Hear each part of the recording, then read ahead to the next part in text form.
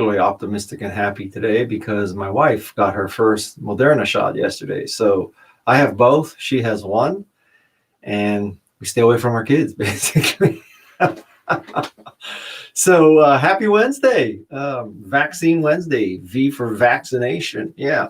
So first, I want to ask you something. So it's getting very sunny here in Santa Cruz. So I'm in the sun. Oh, too much, really. So yesterday I made a big decision. So uh, this was my old shade of foundation. And yesterday I went to this shade of foundation because I think I need to go darker as I get tanned. And the reason why I use foundation is not vanity. Well, I guess it is vanity at some level. But it's really about trying to take the shiny spots and high spots and cover the burn when I get sunburned, even though I use sunblock. So yeah, that can be the icebreaker question. Do you like my new makeup? It is L'Oreal True Match Super Blendable Powder. And you would think they would put a number on it. So you could say, hey, I am, just so you know, C as in Charlie 8. So if you want to match my makeup, and I don't have to disclose that this is a sponsored makeup plug because I'm not sponsored. I bought it from CVS in Soledad, California, where we got vaccinated. So anyway, ask your questions in the comments. Be happy to take questions. Today's guest on the Remarkable People podcast, remarkablepeople.com, is Nikhil Kamath. He is the co-founder of Zerodha. Zerodha is the largest brokerage firm in India. And well, first of all, if for no other reason, you should listen to this podcast because, oh my God, that guy is the definition of calm and stoic. I have never interviewed a guest who is more calm and more stoic than that. So yeah, so check out that interview. We go into a lot about investing, such as and entrepreneurship. So some key conversation points in the interview was first of all, the genesis of his company. There's this kind of made for Bollywood story about he was a chess champion, and then he worked for a call center, and then he started this brokerage firm with his brother, which my interpretation is he's kind of a combination of Slumdog Millionaire, Queen's Gambit, and Charles Schwab. So think of it that way. Although we did bust the kind of myth that, he was a chess genius and that helped him with his trading. He said that really didn't have any effect. And what Zerodha has done is it has removed the barriers to stock trading in India. It is one of the places where you can get stock trades for free. The kind of revenue he gets is because of more sophisticated ways of trading, particularly intraday trading. So that's what he monetizes, but not the regular trades. And so one interesting aspect of this particular episode is the value of removing barriers to customers and how that creates entrepreneurial opportunities. A second thing is, how does he monetize? Because the brokerage business is a very competitive business. Almost everybody offers free trades. So how do you monetize? What's your business model when everything by everybody is all given for free? So what do you monetize? A third topic is that he has never raised venture capital, and that has set him free. So there's some discussion about the advantages of not raising venture capital. And a fourth topic is about investment and what he uses for investment criteria. And his primary criteria is sort of the sentiment about a company and about an economy. as opposed to looking at fundamental numbers and stuff like that. He tries to gauge the sentiment of the market, which is more, I think, social psychology and behavioral economics than hardcore quants. Next thing, to my surprise, we discussed cyber currency and cryptocurrency, and he's thumbs down on that. And I was surprised. I thought, this young millennial in India, high-tech kind of guy, he'd be all into cyber cash and all that kind of stuff, and he's not. Neither am I, by the way, but that's a different discussion. And then, as I said earlier, we talked about his calm demeanor, and he actually discussed the positives and negatives of a calm demeanor. So that's today's podcast. That is Nikhil Kamath, and he is the co-founder of Zerodha. Last week was Brandi Chastain. She was the World Cup participant in 1999. She's the one who's scored the penalty kick goal against China that enabled America to win the World Cup in California. It was played live in California. And what an exhilarating moment, and what an interesting personality Brandi Chastain is. So if you're into football or soccer, check out last week. So last week was soccer. This week is investments. We cover everything in Remarkable People. So let's see, you got any questions? And I have a favor to ask of you, okay? So I was interviewed by a podcast this week, and I asked the person, well, how do you get new subscribers? How do you increase the number of downloads? And he said that what he does is, in the middle of his podcast, he asks people the following question, which is, if you know somebody who would like this podcast, who would find value of this podcast, just do me a favor and send a text or an email and ask them to listen to it. And he said roughly he gets an increase of 10% whenever he does that. So I'm asking you now, if you know someone who would enjoy the Remarkable People podcast, listening to people like Jane Goodall and Brandi Chastain and Steve Wozniak and Margaret Atwood, Jane Goodall and Nikhil, please send them a text or an email and suggest they check out Remarkable People. It is at remarkablepeople.com. Okay.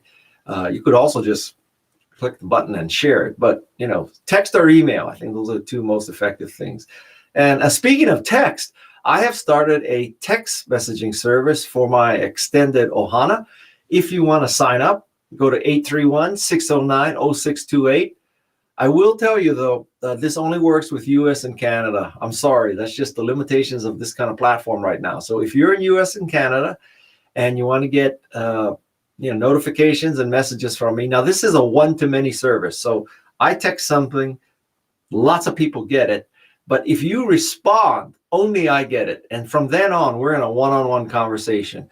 So I think that more people check text than email. So if you want to get into a one-on-one conversation with me, join this service at 831-609-0628. It may mean that you have to move to America or Canada, though. What can I say? So, okay, questions. What's your questions? Elliot. Been too long without my healthy dose of you guys. Wow, Elliot, it's only been a week. What are your thoughts on equity crowdfunding? Equity crowdfunding, this is the democratization of venture capital. And the theory is that, why should it be that only sandhill billionaires can invest in the next Google or Apple or Cisco or Yahoo or, whatever, not WeWork and not Theranos. And, I understand that concept. I'm all about democratization because I think Macintosh democratized computing, and Canva certainly has democratized design. By the way, Canva announced its latest round with like a $19 billion valuation. Hallelujah. So, so I understand that concept. Why should these investments be limited to extremely rich people? But the thought that, okay, so investment is easy, we should democratize it, everybody gets out there and can invest in stuff, and so you could have a piece of the next Google or Apple or Microsoft or Facebook or whatever. That is a very deceptive logic, because the mathematical probability of you investing through some of this crowdfunding stuff in the next Google or Apple or Facebook or Pinterest or Instagram is basically zero. The odds of a venture capitalist investing in one of those unicorns is basically zero. So can you imagine the odds of you investing in one of those is really basically zero. And then I think equity crowdfunding, the other sort of danger is that, you know, it's going to be so ripe for abuse, because those pitches that you read, every one of them is going to pretend like they have patent pending, curve jumping, paradigm shifting, world class leaders in a large and untapped market with very few competitors, none of whom can do what they do, which is basically total bullshit. So, you know, you always got to keep in mind the quote unquote little old lady or the little old man who's investing their retirement dollars thinking that they're putting it into the next Apple, because statistically that just ain't happening. Now, on the other hand, if you're using crowdfunding for Kickstarter because, I don't know, you want to support the next generation of, you know, cooler for beer, or you want to support the next generation of iPhone case, or you want to support the next generation of, I don't know, new kind of surfboard, and in exchange for taking a bet on Kickstarter, you get a deal, you get early, you know, access to the product or something. I understand that, all right? But in that case, you might lose a couple $100, right? So you pay a couple $100 and you think you're going to get the next greatest, you know, iPhone battery case, super solar powered, nuclear powered, you know, whatever, right? I understand that. So you could lose $200. That's not equity though. You are losing your money. It's like you paid a deposit and, you know, the company didn't produce that. But the game of equity funding is typically much larger than just buying an iPhone case. And, you know, that's dependent on the company shipping and being successful and then having a liquidity event. So, you know, most companies who start don't have a liquidity event. They have a liquidation event. So anyway, I hate to, you know, piss on your parade, but the concept that, yeah, equity funding via crowdfunding is a great thing, is democratize venture capital so everybody can have a piece of the next Apple, I think is very, very, very flawed. What else?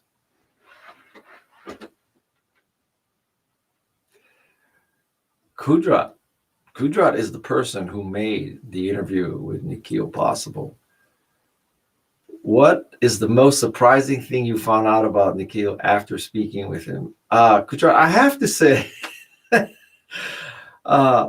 I just did not expect him to be so calm and stoic. Oh my God, I have never met someone as calm and stoic as him. And man, I wish I could bottle what he has. Forget the stock business, man. Just like Kudrat Calm Lotion, or yeah, actually Nikhil for inner calmness. Of course, a surprise on top of the surprise was that I asked him about this, and then to my utter secondary surprise, he said, "You know what? But there's also a negative to being calm and stoic, which is your friends and your family, and you know they want you to be more emotional. They want you to be less calm. So there is a negative in being very calm too." And that was another insight that I never expected. Here I thought I'm talking to like a young Indian Chuck Schwab, and he's giving me all this life advice. So those are the two things. What else? Kudrat, by the way, you know, I'm expecting you to get 1% of the people in India to subscribe to my podcast. So how many people are there in India? 3 billion? So what's 1% of 3 billion? 10% would be 300 million. So 30 million. 30 million. So I would be bigger than Joe Rogan. You get me 30. You don't even, I'll give you a break. You don't need to give me 30 million. Give me 5 million. I want 5 million people in India subscribing to my podcast. And then I'll be bigger than Joe Rogan. I'll be so big, maybe I could get Elon Musk on my podcast. Yeah. What else? Chayo. That's your name? Chayo? That is a or is that like a screen name? That is a great. If that's your name, Chai, or I don't know, maybe you're Jewish and it's Chai, but Chayo, man, that's one of the best names I've ever seen. Any advice how to prioritize my financial gain to ensure my passive income savings do not vanish? Well, Chai or Chai, I must admit I am not a financial advisor. But my sort of theory is there is money you want in the bank, literally, and that is not. That's very conservative. I don't mean conservative in the political sense. I'm not suggesting you have Republican money. I'm suggesting that there's some money that should be stuff that's so safe that the world has got to come to an end before that goes away. And we almost reached that point with the pandemic, by the way. But anyway, so there's, I would say, a lot of your net worth should be that. And then there's some that's kind of speculative and play money. And so this leads me to why I'm so contrary to cryptocurrency, because I think people are putting money in there they cannot afford to lose. And they think that cryptocurrency is going to, as Buzz Lightyear was saying, to infinity and beyond. And one thing I learned in my life is that trees do not grow to the sky. Trees stop. Trees die. There are forest fires. The odds that you have got the tree that it's going to reach into the sky is zero. What else? Let's see. These little, I don't know about you guys, but these little things that say P are blocking. What are your thoughts on Starlink, NASA, Blue Origin, a race to space? Oh, there, it's big. Thank you, Jeff. I am not a rocket scientist, but yeah, I think we should explore space. I think that just for the sake of intellectual curiosity, we should explore space. I suppose that there may be commercial benefits to this. But it's not like I'm saying, okay, we should explore space so that we can get a better orange juice called Tang. That's not exactly the goal. But I think we need to know what's out there, and there will be benefits to exploring space that we just do not anticipate right now. And the concept that, with a bunch of satellites, anybody on the earth can get good internet access is very appealing to me. So, although I'm staying in Santa Cruz, I have to tell you, I'm in Santa Cruz. I hope none of you are in Santa Cruz because you slow this down. But I'm in Santa Cruz, and I get AT&T fiber. And AT&T fiber, I swear to God, it is 1 gigabit up and 1 gigabit down. I mean, I am just freaking amazed. And you think, oh, it must be $500 a month. It's $60 a month. $60 a month. I get 1 gigabit up and down. I am just amazed. And this particular, I have a studio here. You can see the back of it here. So I love bokeh. Or bouquet, as we say. So I have a studio here, and I brought the AT&T fiber into the house where the studio is. So I am connected via Ethernet. So I truly do get 1 gigabit up and down. And the rest of the house, I use a Netgear, let's see what it's called, a Netgear Orbi Wi-Fi mesh system. So the rest of the house gets about 200 or 300 megabits, but I get 1 gigabit, and man, I'm a happening dude right here. So yeah, I guess I could use satellite access, but why? For $60 a month, 1 gigabit up and down? Hallelujah. Praise God. What else? How to onboard co-founder, a very good CTO, considering I'm a pre-seed loan founder with a mighty, very interesting idea. Which psychology or tools? Thanks, ciao. How to onboard as a co-founder? Well, I would say that by definition, if you're bringing on a co-founder, I would say there are two things. First, I hope the co-founder has a different set of skills, because if you're both nerds, then who's going to sell what you make? And if you're both salespeople, then who's going to make what you need to sell? So that's the beauty of Apple, one nerd and one marketeer. And so that is one concept. Second concept is I think you need to be sure you're on the same page, so to speak, that your co-founder and you agree on the company in terms of variables such as, this company is the center of your life, whereas your co-founder thinks that this company is a hobby, or that your co-founder is trying to seek a life-work balance. You better be both on the same page, where you're both obsessed, or you're both thinking of this as a hobby, or you're both thinking of this as, you're going to achieve work-life balance. Because, well, specifically, I think work-life balance is a myth. And so in certain times of your life, chronologically, and doing certain things, just give up on the concept of work-life balance. There are going to be times, if you start a company, you're just going to work your ass off, and there's not going to be work-life balance. And if you think there is, you're deluding yourself. So make sure you're on the same page with those two things. And then, it would be helpful if you're on the same page, although diversity in thinking helps also, but, that I don't know what your product is, but you're both thinking, well, this is a consumer play or this is a B2B play. You need to be on the same page. You're going to sell direct or indirect. Now, all of these variables can be changed, but at least you should see that your co-founder is amenable to change, and also, frankly, that you are amenable to change. And the last thing I would tell you about co-founders is whatever you're hiring your co-founder for in terms of expertise, you better make sure that your co-founder is better at what you need than you are. Because if you are one of these control freak CEOs who thinks you're the best engineer, the best marketer, the best operations, the best finance, the best PR, the best everything, and you hire a co-founder, and your co-founder is not as good as you in his or her specific role, you're headed for a disaster. So I'm telling you, you have got to find people who are better than you. A players hire A+ players. If you're an A player, it should be a source of pride that you have hired someone better than you, not worse than you. What else? Don't forget, remarkable people, Nikhil Kamath. He is the co-founder of Zerodha, the largest brokerage firm in India. I just need 5 million people from India to subscribe to my podcast. What do you think about democratizing the internet so we have equal opportunity and reach? Andrew, I think the internet is pretty democratized already. It's not clear to me if you're talking about access speed, which clearly is not exactly democratized. Now, maybe satellite access, that can reach sub-Saharan Africa and stuff, or parts of Brazil, although Brazil better worry about the pandemic before they worry about internet access.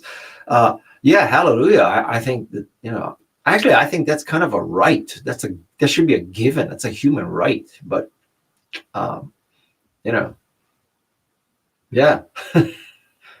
What else? Aloha. What are your thoughts on, we got that already. Jeff, are you testing me, Jeff? Are you trying to see if I'm senile? I saw that question already. What do you think of NFTs? Okay, I like this question. Okay, so I'm totally skeptical about cryptocurrency, but I'm totally optimistic about NFTs because I think NFTs really serve a purpose, whereas cryptocurrency doesn't. So I think NFTs helping you with the provenance of something is very useful. So let's take a Santa Cruz example. So one of the best surfboard shapers in the world is a guy named Bob Pearson. He has a shop here called Pearson Arrow. Now, if he embraced NFTs, so when you buy a Pearson Arrow, it comes with an NFT. This certifies that he made that board. It's not a knockoff. It's not counterfeit. Bob Pearson shaped that board. You could make it so specific that, whether he shaped it or somebody else in his shop shaped it, it's that specific. But let's just say he certifies that he shaped it. So you buy the Pearson Arrow board. It comes with an NFT. You really know he shaped it. And then let's suppose that you're a really famous surfer, not me. So you're a really famous surfer, and you use that board, and then you decide to sell it. So now the NFT goes to the purchaser, right? And so now the purchaser has an NFT that proves that the board was made by Bob Pearson, and then the board was used by, Kelly Slater. That has a lot of value to me. Now, so that's something physical, right? What about something digital? Like, would I pay $3 million for the NFT to the first tweet by Jack Dorsey? You have got to be insane to do that. So, but having said that, let's take a more meaningful example. Let's say that you buy an NFT for photograph done by Annie Leibovitz of Michelle Obama. Okay, so Michelle Obama, photographed by Annie Leibovitz. Annie Leibovitz provides that photo to you with an NFT. I think that that's worth extra money. I really do. Because, wow, it's Annie Leibovitz. And even if it wasn't Michelle Obama, let's say it's, Joe Schmo or Tiffany. Annie Leibovitz NFT of Tiffany or Joe Blow, that's worth extra money too. So I'm thumbs up on NFTs.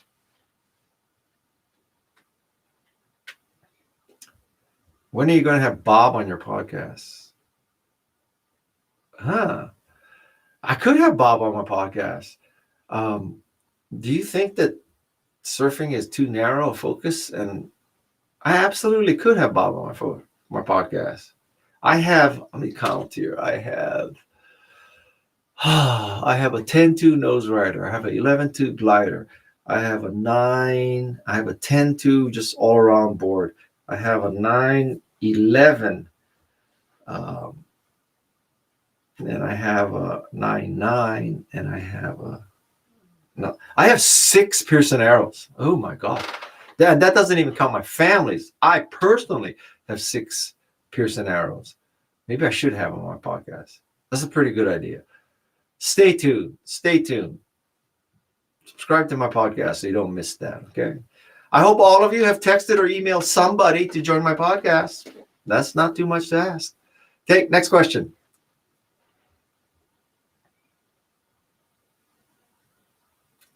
What's your view on algo forex trading in terms of risk and potential long-term investment? I don't know what algo forex trading is. I must say that I'm not a big believer in currency trading, cyber or not. I just, I think you should invest in stuff where people really make something, as opposed to arbitrage. Now, lots of people make money in arbitrage, but that's just like not my thing. So surfing is a very small community. I think his life experience will appeal to everyone. Jeremy, I'm on it. Okay. I could text him right now and ask. All right. Yeah. I swear, is this camera out of focus? Let me see something. Now that truly is in focus right now. Guy, I love you, dude. Did you check out Neurophones? Oh, I forgot to check out Neurophones. After last week's, I know you mentioned that, and I couldn't remember what the name of it is. And then you have to understand it. So I'm using Ecamm Live. Okay, so I'm using Ecamm Live, and Ecamm Live sends it to Restream, and Restream sends it to Twitter, Facebook, YouTube, LinkedIn. That's it. And so when comments come in, like you telling me on Neurophone, I don't know where that comment came in from, which service, because it happened so fast. And so I didn't know where to go look. And there's hundreds of comments on these things. So I'd have to go 4 services looking for the comments in Neurophone. $400 earphone. Okay. I will, I am at the Neurophone website right now, and I can't have over the ear. So this is an in-ear microphone. And the reason why I can't have over the ear or even on ear is because I think it looks too nerdy. I give a lot of keynote addresses using this setup, and it looks too nerdy if your keynote speaker has an over the ear or on the ear. Oh, but they have Neuraloop, the world's smartest earphones. I wonder what makes them smart. How much does it cost? $149. That's nothing. Huh. That's like the price of 2 fins. Okay, I'm checking it out. Okay, what else? Love your podcast. This makes you closer, engaging with your audience. Andre, are you saying the podcast makes me closer or going live makes me closer? Although the text message makes me closer too. So Jeff, put that number up again. 831, I can't memorize it. 609-0628. Family members are standing by. What else? How could NFT or blockchain help the HR recruiting process? Huh. That's a good question. I don't know. I mean, when I think of NFTs, I think of digital assets or physical assets, surfboards or Annie Leibovitz photos. I guess you could put an NFT on your job offer to make sure that, this offer for $500,000 a year and 500,000 shares, you're sure it's authentic, but that's a limited use case. I don't know how it could help. I really don't. I don't, NFTs are not for everything. I think it's for assets. So what else? Is there going to be an update to your book, The Art of the Smart? That's interesting. I should write a book, The Art of the Smart. He's actually referring to The Art of the Start. He's referring to this book. So could there be a version 3? Well, let's see. When did I write this thing? As an author, you forget when you write the book. I'm telling you. People think you just, you know everything. One of the most embarrassing things as an author is somebody comes up to you and they read it. They tell you, "Oh, I just loved your book." And that story you told about blah, blah, blah, blah, blah. And I wrote this book. Let's see, it's copyrighted. I can't even tell you what year it's copyrighted. That's embarrassing.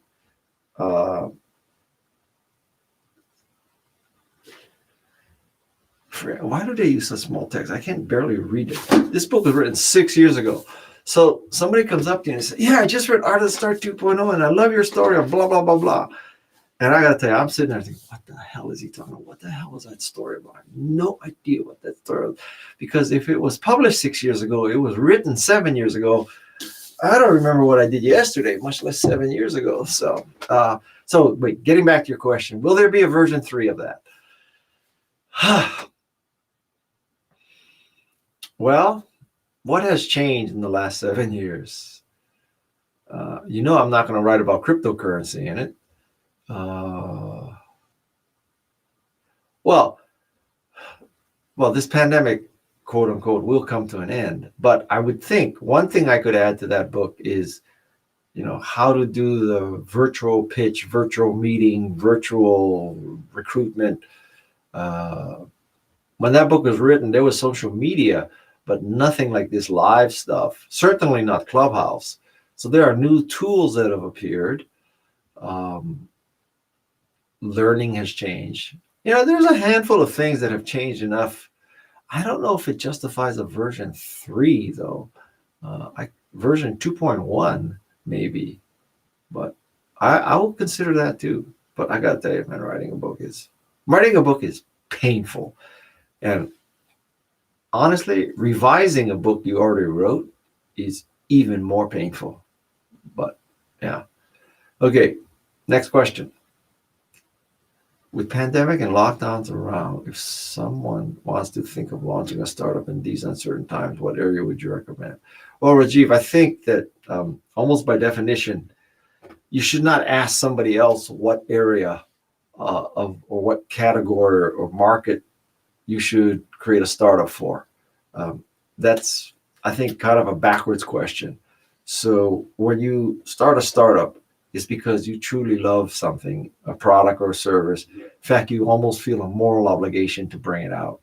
So, you don't go around and say, "Okay, so Guy, what area do you think?" And I tell you NFTs, and you could care less about NFTs, but you decide, "Okay, Guy said NFT, so I'm going to do an NFT company." Or what if I had said cryptocurrency? Oh my God. So I don't think you should listen to other people about their ideas about what segments are hot. You should do what you think is hot and what you love, and just hope you're not the only person who thinks that. So I'm going to avoid your question by telling you, don't ask that question. Because by the time somebody like me thinks that an area will be hot, it's too late. So the goal of an entrepreneur should be to make an area hot, not to react to an area that is already hot. What else? What principles do you think are universal for every beat of evangelism? Well, I would say that the most important thing about evangelism is a great product or service. You have to truly believe that what you are dealing with is going to make the world a better place. And so it will, in the words of Steve Jobs, dent the universe. So, Macintosh made the world a better place. It made people more creative and productive. Canva has increased humanity's capacity to communicate because now everybody can create graphics that will help them communicate better. So I think the number one requirement of evangelism is find, affiliate, or create something great, because it's easy to evangelize something great. It's hard to evangelize shit. So don't evangelize shit. Run from shit. But quote me, put that in your tweet. Run from shit at Guy Kawasaki. What are you investing in now during these uncertain periods? Chai, is it Chai or Chai? Is a common Thai name. Oh, you're from Thailand. Huh. I don't invest. Well, how do I say this? I use a financial planner, and that original question, I allocate a certain amount of my net worth to the financial planner, and I don't even question what they do. They put it in all kinds of stuff. They diversify. They make it really safe, because if you look at my total overall financial picture, so much of my ass is hanging out in startups that is as high risk as possible. So the part that is in the bank post-tax is very, very safe stuff, because my exposure to high tech and high risk is so great in the rest of my life that I need to have balance. I can't put everything in high risk. So that money from that the financial planner is investing is in safe, low yield stuff.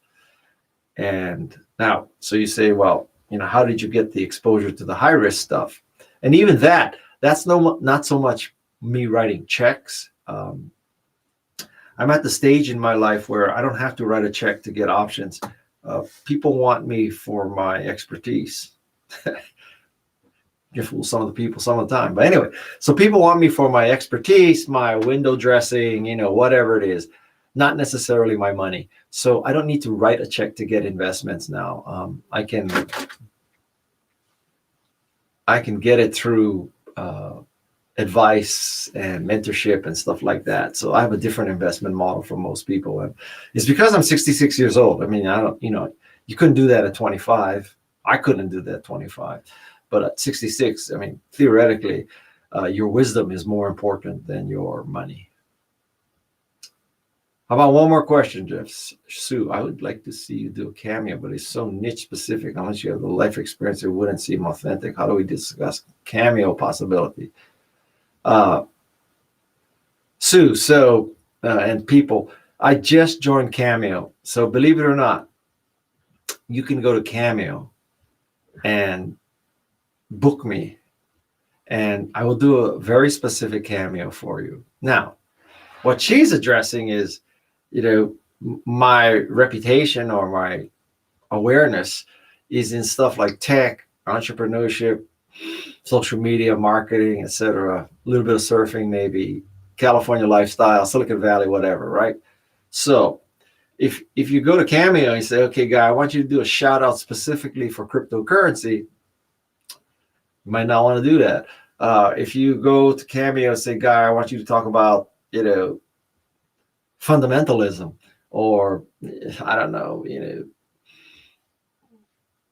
my spouse is a big fan of Nietzsche and Kant, so we talk about philosophy. You might not want to do that. But for everything else, like sales, marketing, entrepreneurship, Silicon Valley, tech, that kind of stuff, that I can handle.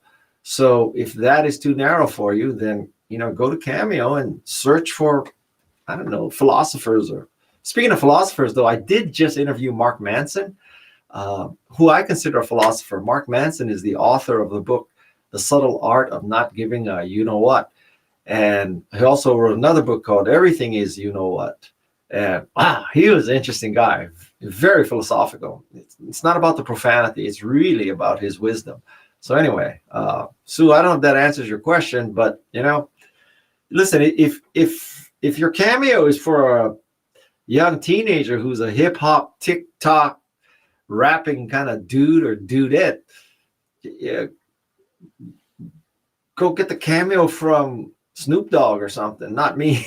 Oh my God, what can I say? On the other hand, I don't know if you'd go and ask Snoop Dogg, can you tell my cousin how successful she'll be in her new NFT company?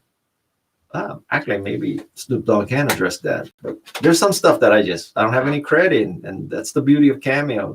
That that's it. But for $49, what do you expect?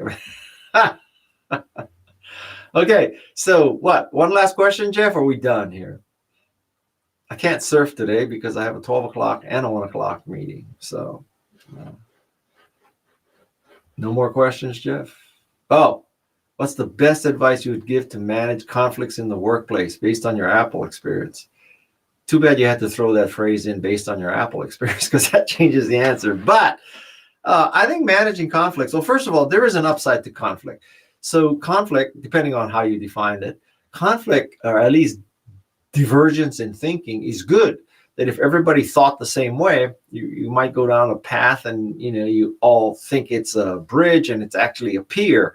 So divergence and diversity and some conflict is good, because it has the ability to make thinking expand outside the box. Now, if it's just knock down, drag out conflict, well, I mean, that says a lot about the organization. I think there should be, sort of zero tolerance for that. And I don't know, Apple was an autocracy, but it was more or less a benign autocracy. You could also make the case that with Apple, when Steve Jobs was there, don't get me wrong, he was not afraid of conflict. He would just rip you. But it actually had a kind of a unifying effect, because all of us employees, we were generally all afraid of him. So it brought us closer together. I'm not sure he planned it that way, but it kind of did work. So I think there should be zero tolerance for it. But diversity of thinking and conflicted thinking, I think, is a good thing. Okay? So again, this is Guy Kawasaki. I'm the creator of the Remarkable People podcast. I am the chief evangelist of Canva. I want you to go to remarkablepeople.com and send a text message or an email to all the people who could benefit from listening to Remarkable People and become more remarkable too. So that's it for another Wednesday live session. Take care. Have a great week. Vaccinations are coming or here, but that doesn't mean that you should not wash your hands, not wear a mask, and sit close to strangers in bars. Okay. And if you can get vaccinated, get vaccinated. Thank you, CVS. All right. Take care. Bye. Mahalo. Aloha.